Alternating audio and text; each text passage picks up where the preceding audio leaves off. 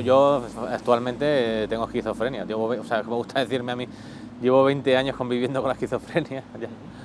Entonces me resulta familiar. O sea, en fin. O sea que tengo que valerme, pero contando con ese hándicap, ¿no? Sí, un día que estaba en la habitación, en la cama, y empecé a escuchar las voces como del piso de arriba, que era otro piso de estudiantes, ¿no? ¿Y qué pasó? Que escuchaba como hablaban de que tenían un pajarito, que estaban jugando un pajarito. Entonces fui arriba a comprobarlo. Digo, a ver, que no los conocía, ¿no? Pero fui arriba a ver. Efectivamente había un pajarito, pero es como muchas veces la percepción de la realidad que uno tiene está filtrada por nuestro cerebro. Y entonces como si amplificases, ¿no? Como si fueses capaz de atravesar las paredes y escuchar a otras personas en otros sitios, ¿no? Mi entorno lo empezó a percibir cuando yo les contaba pues mis ideas de experiencias sensoriales, de energía, de espíritus, de manejo espiritual, de posesión, cosas de este tipo, ¿no? Que eran experiencias que yo tenía que están compartidas en la sociedad. La sociedad, pues hay gente que tiene estas experiencias y yo las sentía igual. Entonces, cuando empezaba a compartirlas, pues ya empezó a poner en alerta a mi familia, un poco viendo que sí, podía ser posible, pero que ya empezaba a contar cosas raras, ¿no? Bueno, también el último año, cuando veía tan difícil ganarme la vida y tal, también empecé a macerar la idea de hacerme anacoreta en el campo o vivir. Esta forma de vida es imposible, por lo menos voy a quitarme este sufrimiento y voy a irme al campo a vivir de manera como, no sé, un místico anacoreta, una cosa así. Y ese pensamiento me acompañó en las paranoias. Creyendo que para quitarme ese espíritu que me tenía poseído y tal, me tenía que estampar contra el muro del pasillo de mi casa. Esa era una vivencia de la experiencia, que cuando yo me estampé, pues ya vino la ambulancia, me llevó al hospital, del hospital fui al otro hospital. Et vous n'avez voulu pas vous réveiller. Et maintenant, l'univers veut le tenter une autre fois. Voilà. Et moi, je suis à moi pour vous raconter cette histoire. Je ne suis pas le protagoniste. Je suis le jeu que vous raconte l'histoire. La folie de vérité. La folie qui tue beaucoup de personnes. Parce que ma folie ne tue personne. Ma folie seulement c'est pour te trouver. Yo recuerdo a mi padre llorando, es decir, diciendo, mi hijo se ha vuelto loco. O sea, eso es la imagen que tengo, ¿no? Aunque no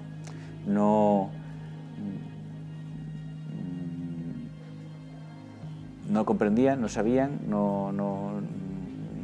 la situación que pasan todos los familiares. Es decir, una familia comprende que al hijo le han diagnosticado cáncer, cuando comprende, sabe las consecuencias, sabe cuánto, el entorno social la apoya, ¿no? Pero cuando una familia o una persona le diagnostica una enfermedad mental,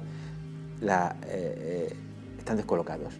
Cuando te toca muy cerca, o cuando de casualidad vas a una conferencia sobre sensibilización, pero al no haber una conciencia colectiva en red, que todo el mundo lo conozca, pues se produce el principal problema que tenemos, que es la estigmatización, el prejuicio, la discriminación, y eso se produce por desconocimiento.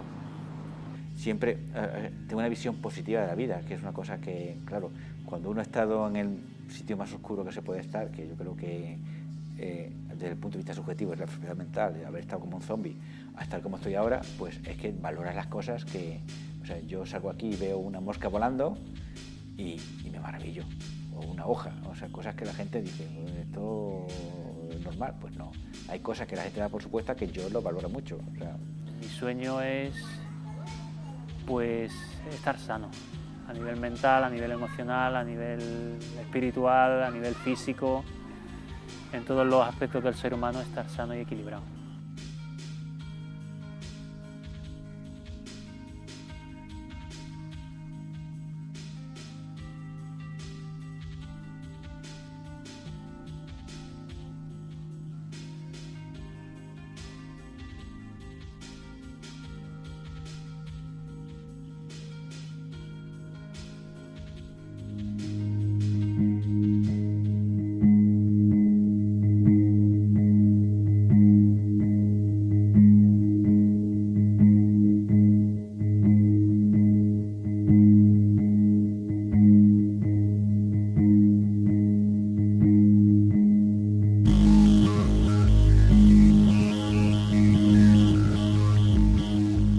intentes que el mínimo número de pacientes posibles vengan a dispositivos como el José Germain, que realmente son centros asistenciales de salud mental, más que hospitales, porque hospital psiquiátrico implica que se trabaja solo la psiquiatría y realmente se trabaja la psicología clínica, la terapia ocupacional, la enfermería especializada en salud mental, para conseguir que el paciente pase aquí el menor tiempo posible y esté el mayor tiempo posible en el medio más normalizado.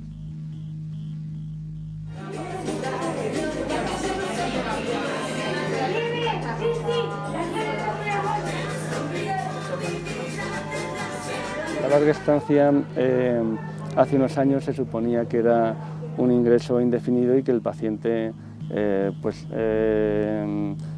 cuando no se adaptaba bien a un piso supervisado, a una mini residencia, pues pasaba a larga estancia y estaba allí un tiempo indeterminado. ¿Dónde naciste, Lolo? Yo en Cuatro Caminos, en Nueva Ardilla. En Cuatro Caminos. La calle Sturm, número 10. Y ahora somos 3 hermanos. Bien. ¿Y qué año naciste? El 8 del 8 del 46.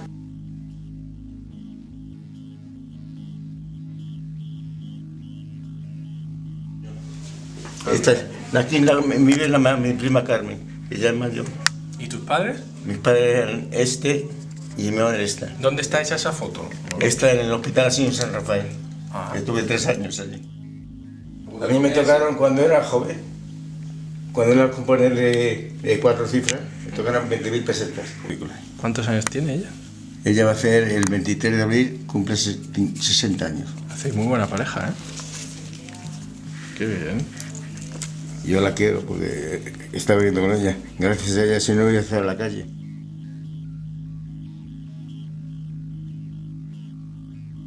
Hombre, la evolución, pues eso ha venido muy marcada por esas mejoras técnicas. O sea, ha habido una revolución que fue la introducción de los antipsicóticos y luego las sucesivas evoluciones de los antipsicóticos, los antipsicóticos de POT, es decir, que también duran durante un mes aproximadamente, y luego la disminución de los efectos secundarios de los fármacos, la introducción de los antidepresivos también.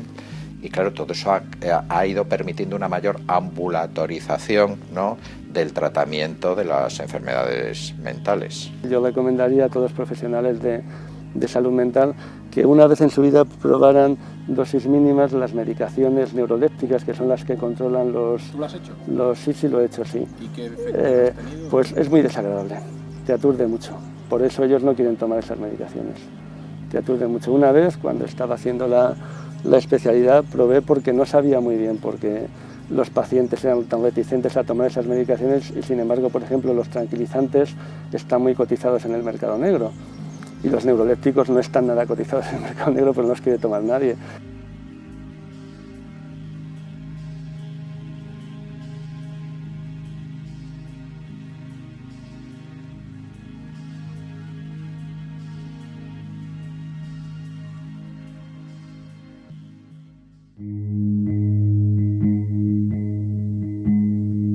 Jardín de los recuerdos, flores turbia, riego, laberinto de setos, no apto para acuerdos. La fantasía se mezcla con la magia de los riegos. Briznas de hierba en mi pelo, yazco tumbado en el suelo. Este vergel no es sincero, no es un edén, no es lo que quiero. Donde fantasear no es un pecado, donde no existe el cielo. Yo creo que la psiquiatría te tienes que posicionar, o sea, o tienes en cuenta que esto es algo que forma parte del cuerpo, que forma parte del alma. Puede parecer muy simplista, pero en eso es imposible tener un punto medio. Radio Nacional de España. Castilla y León. Porque antes nos vamos a quedar hoy con los miembros de Fuera de la Jaula, que hacen balance de su trabajo y se preguntan para qué les ha ayudado a hacer un programa de radio. Hasta han cambiado la sintonía para dar más fuerza a sus reflexiones. En un lugar de Valladolid de cuyo nombre no quiero acordarme, no hace mucho tiempo que un grupo de usuarios procedentes de la salud mental decidió, no sin ayuda, contar a través de su experiencia los problemas que acaecían. Sus visiones, experiencias y formas de contarlo no solo eran terapéuticas para ellos, sino, sobre todo, para los que les escuchaban. Si tienen la oportunidad de estar sintonizando, no se lo pierdan. Ellos son Fuera de la Jaula.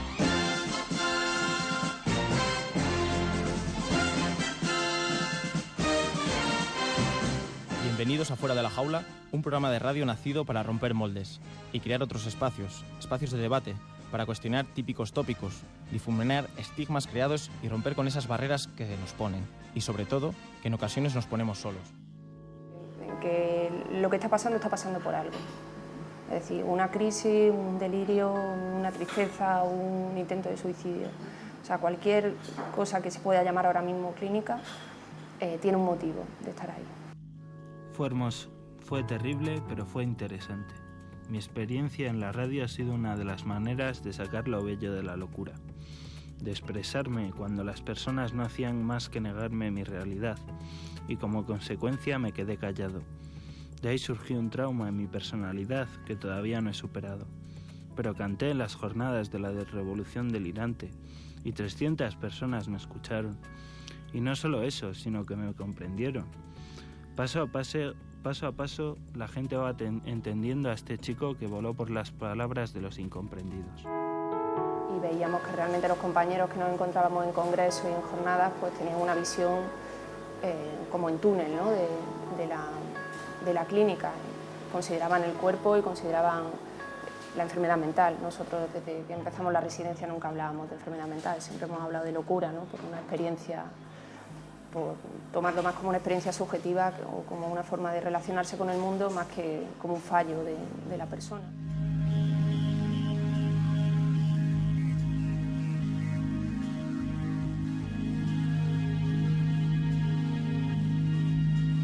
Está formando parte de una disciplina que apresa y forma parte un poco para libertar. Entonces quizás eso sí que le da un carácter a lo mejor pues más activista o más, no antisistema, pero sí a lo mejor de ver que hay determinadas cosas que pueden cambiarse y que si se cambian hay muchas personas que salen beneficiadas.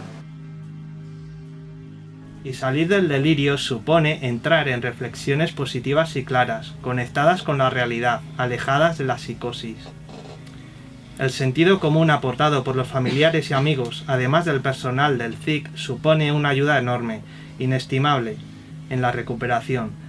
Con sentido del humor nos guían a los usuarios del CIC en el trayecto hacia una vida mejor, más llevadera. No se agradece lo suficiente lo que aportan en el día a día que se vive con malestar psíquico.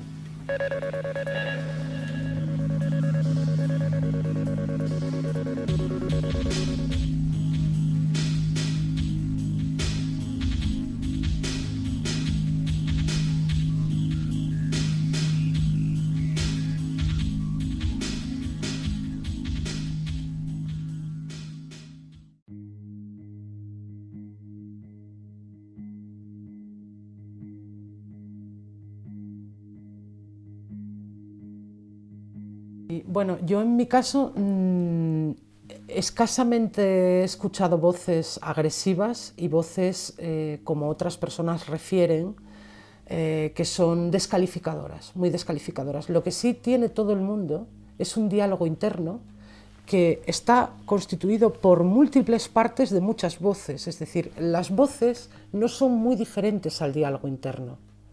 Y de la misma forma que el diálogo interno, tú puedes dialogar con ese diálogo interno y puedes calmarlo y a veces no se contiene ese diálogo, debería decir a veces monólogo también interno, pues con las voces es muy parecido. A mí me tiene ocurrido también luego, hablando del fenómeno, digamos, más bien desde el punto de vista físico, no sé si llamarlo así, ¿no? Me ha ocurrido también, por ejemplo, que las voces retumban en las paredes, es decir, es como si las paredes hablasen, ¿no? O me ocurre frecuentemente que en los ruidos, y he encontrado a más personas a las que les ocurre lo mismo, en los ruidos de la calle comunes, habituales, por eso ese entorno en un momento dado me podía resultar a mí muy estresante, porque los ruidos de las calles, si pasa un avión, si frena un coche, si alguien golpea una cucharilla de café en una cafetería o tal, en todos esos ruidos yo oigo palabras, es decir, oigo sílabas, oigo mensajes, ¿no?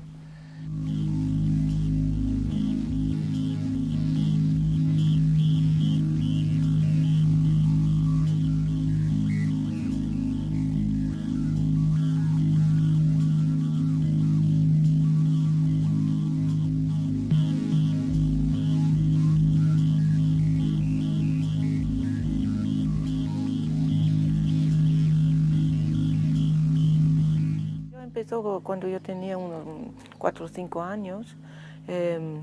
Y al principio fue un voz que estaba llamando mi nombre y yo pensé que era un adulto. Yo estaba corriendo en la casa donde está esta persona. Me metieron en un armario y cerraban ahí. Yo estaba todo el tiempo ahí dentro en la oscuridad. Yo tenía mucho miedo como niño de la oscuridad, así que empezó mucho también a oír las voces ahí dentro. Me diagnosticaron como esquizofrénica paranoica y yo intenté, yo no quería aceptar esto y usaba mucho tiempo para que yo empezó a pensar que sí, soy una esquizofrénica. Me tomaba un montón de medicina y la medicina me incapacitaba. Working as professional helpers,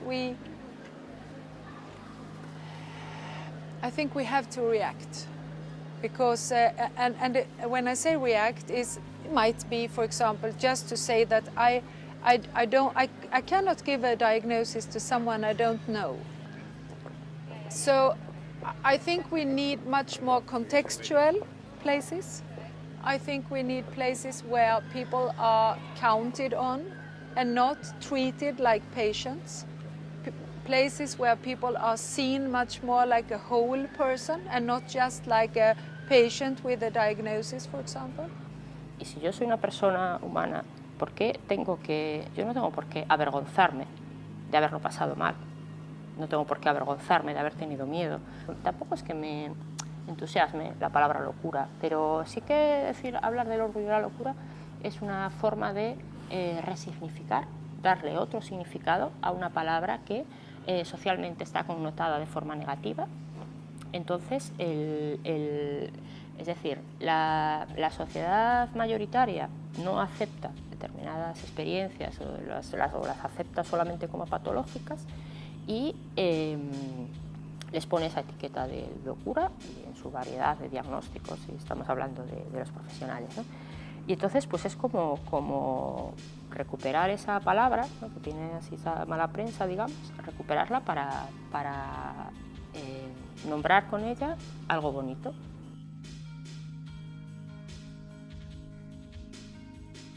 Tres personas de la red de escuchadores de voces, que son además 3 amigos, 3 amigas, en una casa, estando en medio de una crisis muy fuerte de lo que llaman brote psicótico, y me han cuidado muy bien. He conservado mi libertad, he podido salir a la calle, he estado acompañada, he estado cuidada. Mis experiencias no se han visto ni despreciadas, es decir, se ha dado validez a mis experiencias. Se ha dado validez. No son experiencias invalidantes.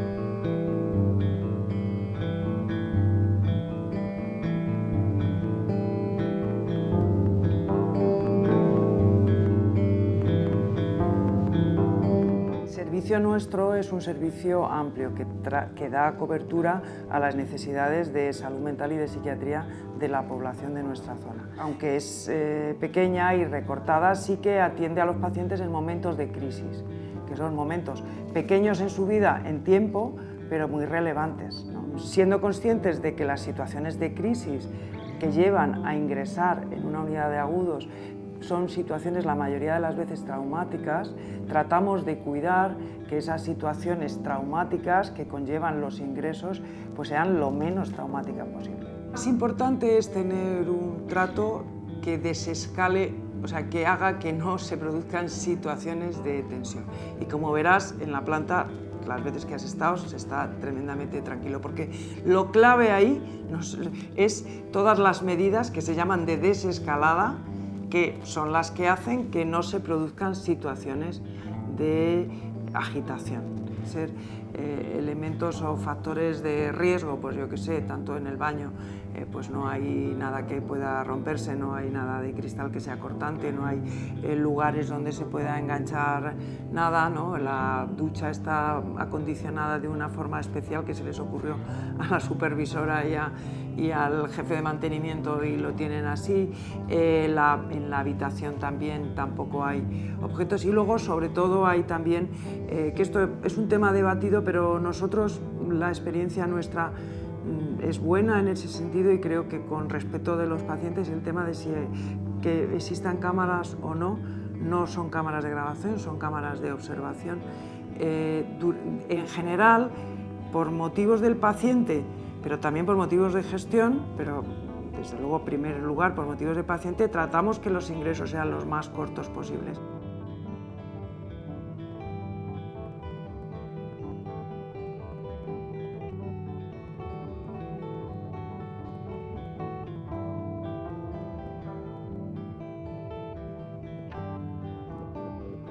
Cambia lo superficial, cambia también lo profundo, cambia el modo de pensar, cambia todo en este mundo, cambia el clima con los años, cambia el pastor su rebaño y así como todo cambia, que yo cambie no es extraño, pero no... Yo me sentía fenomenal, yo me sentía la reina del mundo. Pero la gente que estaba a mi alrededor me veía extraña. Pues un día fui a casa de mi abuela, porque lo pedí yo, y reuní allí a todo el mundo. Empecé a llamar a toda mi lista de contactos y vinieron todos y me aconsejaron ir al hospital. ¿Qué les dijiste? Pues les dije que sí. Pues después entró en depresión. ¿Cuánto tiempo después? Poquito.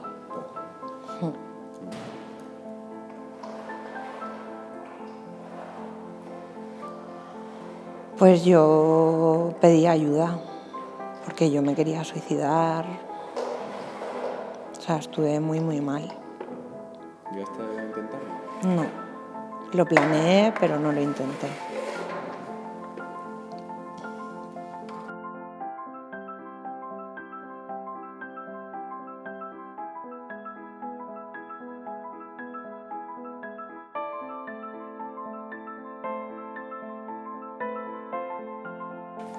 El tratamiento farmacológico es imprescindible en muchos casos, es fundamental, pero se necesita algo más para vivir en la comunidad.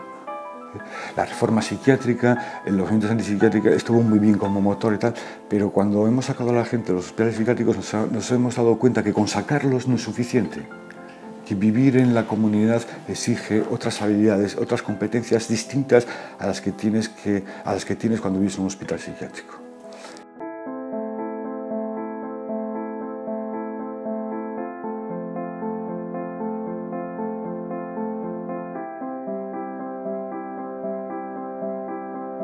Leí demasiado el Antiguo Testamento y claro, si tú lees la Biblia pues es bueno, pero si te aíslas de la gente y solo haces eso, pues eso no te sienta bien. Bueno, pues en el hospital pues sabes que estás ahí porque algo te pasa. Al principio no quería venir. ¿Por qué? Porque me sentía forzado. Pero fui conociendo a gente y me fui sintiendo cada vez más a gusto. Esquizofrenia, tengo esquizofrenia, paranoide, pero que con la medicación y con la parte que pongo yo, pues me está ayudando y voy para adelante.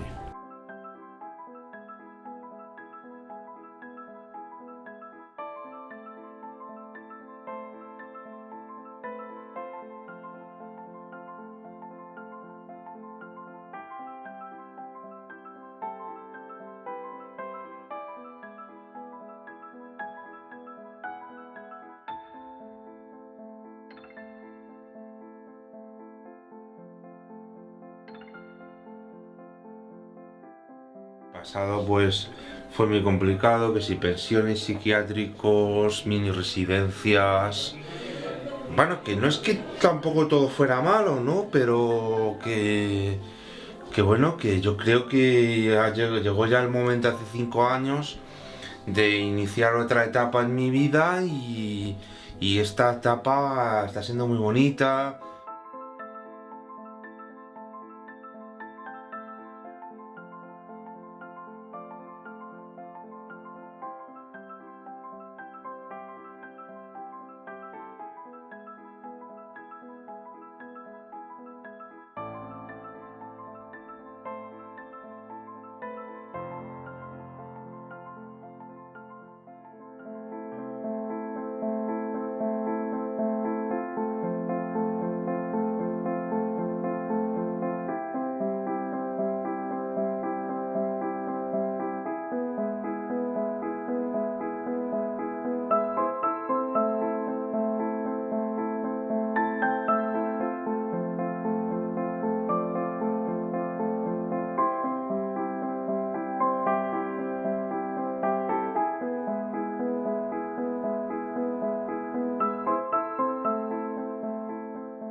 Tengo muy claro que tengo una enfermedad y lo que pasa es que yo en principio no tenía la capacidad de darme cuenta y pedir ayuda.